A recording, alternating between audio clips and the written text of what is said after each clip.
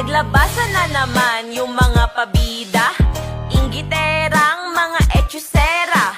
Sa social media, mga pilingera. Malamang ginawa ko yun kasi may pera. Gaya-gaya daw ako kasi wala nang ingay.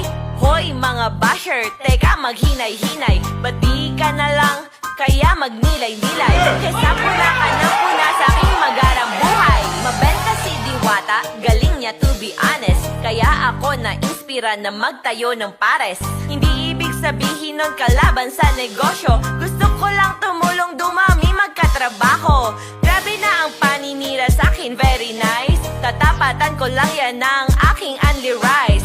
Unli sabaw, my God, sarap sa feeling. Bukod pa dun 100 pesos lang may unli swimming. Kapag umikit ka na lang, huwag kang masyadong utak ka lamang. Iwas-iwasan ng